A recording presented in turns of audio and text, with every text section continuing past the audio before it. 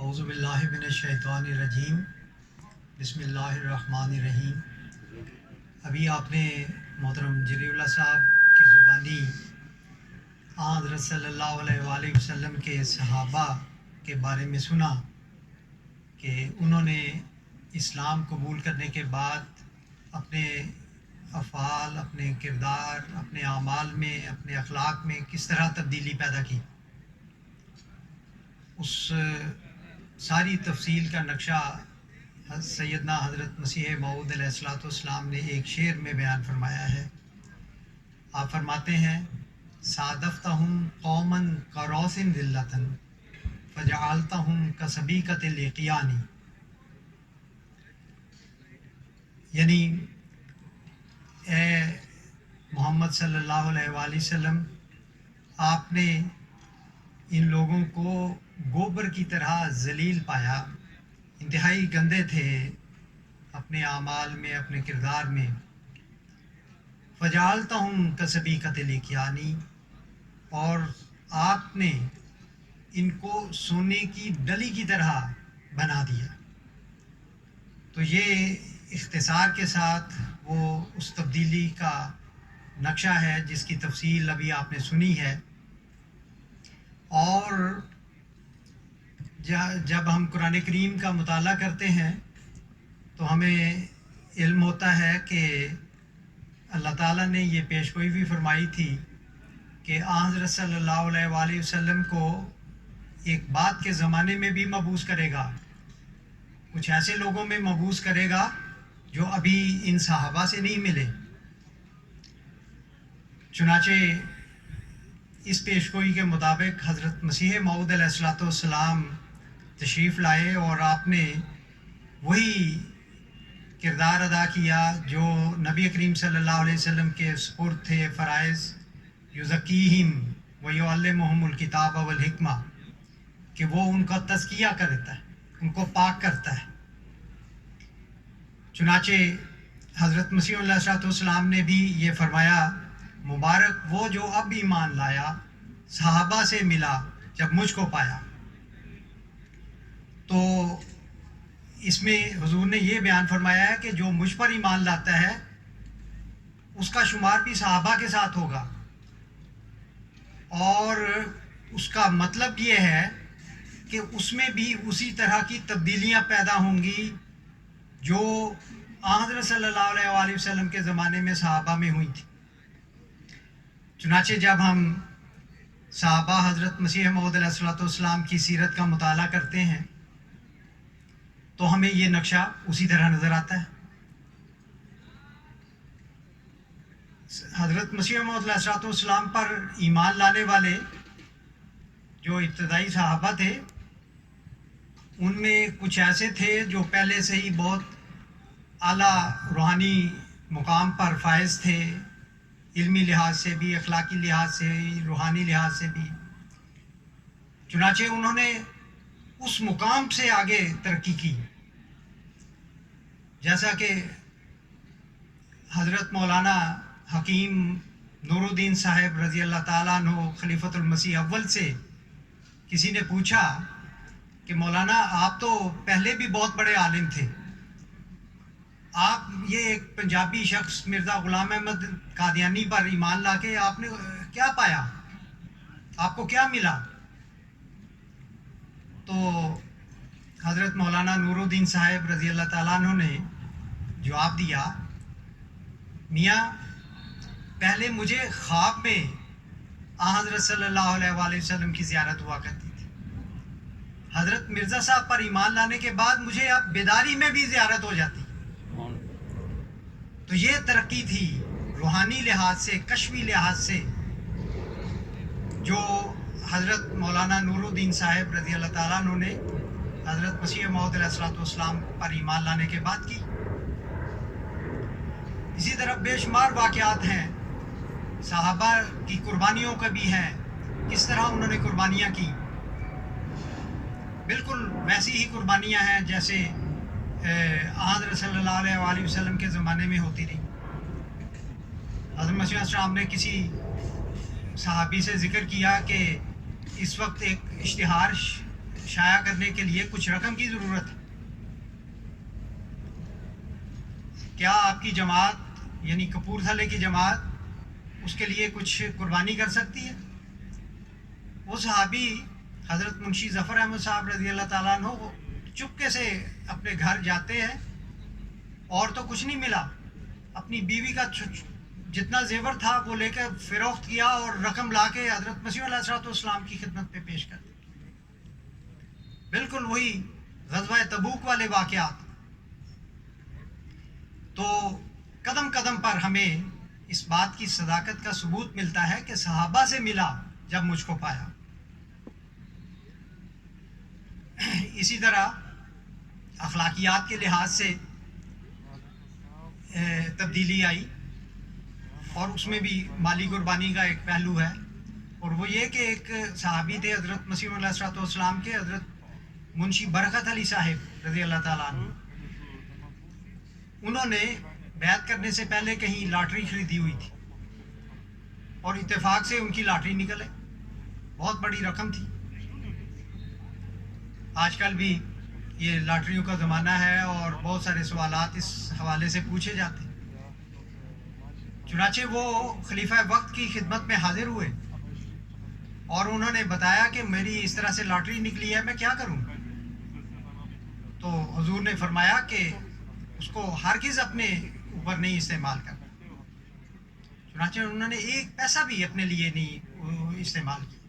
سارے کا سارا اس کو چندے وغیرہ میں یا اشاعت اسلام میں دے دیا، ایسی مد میں جو حضرت مسیح علیہ السلام نے قائم کی ہوئی ہے اس قسم کی رقوم کے لیے.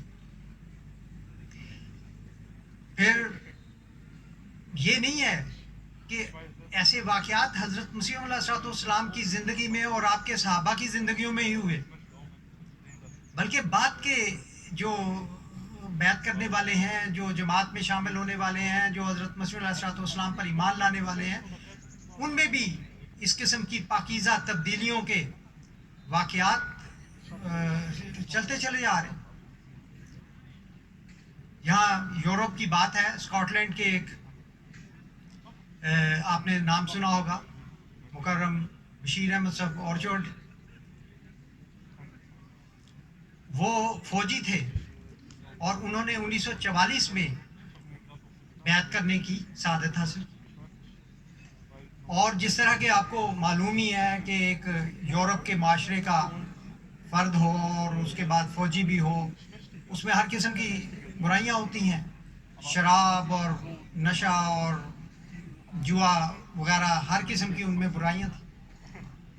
چنانچہ بیعت کرنے کے بعد وہ قادیان چلے گئے اور قادیان میں رہ کر انہوں نے دینی تعلیم حاصل کی، اور جاتے ہوئے انہوں نے اس بات کا عہد کیا کہ وہ ہر قسم کی برائیوں کو خیر بات کہتے،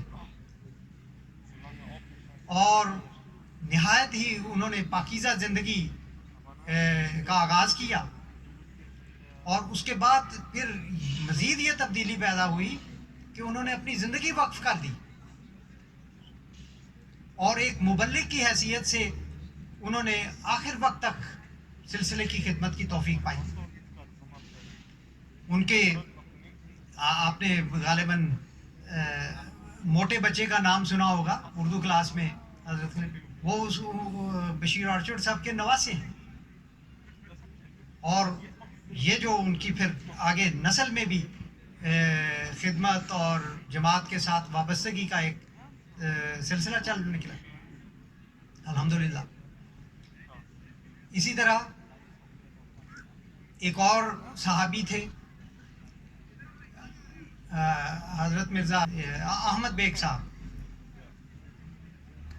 یہ محمدی بیگم جو مشہور ہیں، جن کے ساتھ نکاح کا ایک سلسلے پیش گوئی تھی، اور وہ اس حوالے سے بہت سارے اعتراضات حضرت مسیح علیہ السلام پر ہوتے ہیں، انہی کے خاندان میں سے. یہ آخری وقت یہ ساہیوال کے قریب عارف والا کے بالکل نواح میں ایک گاؤں ہے 165 EB شہزادہ والا، وہاں پہ یہ رہے ہیں، اور ان کی اہلیہ محمدی بیگم صاحبہ بھی وہاں پہ رہی ہیں. ان کے گھر جانے کا مجھے اتفاق ہوا.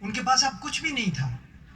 ان کی 2 بیویاں تھیں پہلے کی, وہ کبھی کبھی ان کے پاس آیا کرتی تھیں, وہ اپنے پیچھے جہاں بھی وہ پہلے رہتی تھیں وہیں رہتی تھیں.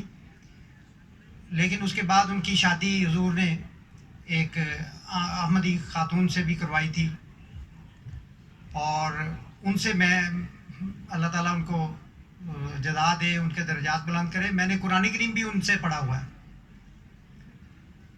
تو وہ میرے کہنے کا مقصد یہ ہے کہ میں نے اپنی آنکھوں سے اس بزرگ کو دیکھا جو ایک چور تھے, ڈاکو تھے, اور کتب بن گئے حضرت مسیح علیہ الصلوۃ والسلام کو قبول کرنے کے نتیجے. تو یہ واقعات جماعت میں بے شمار پھیلے ہوئے ہیں. یہ داستان بہت طویل ہے.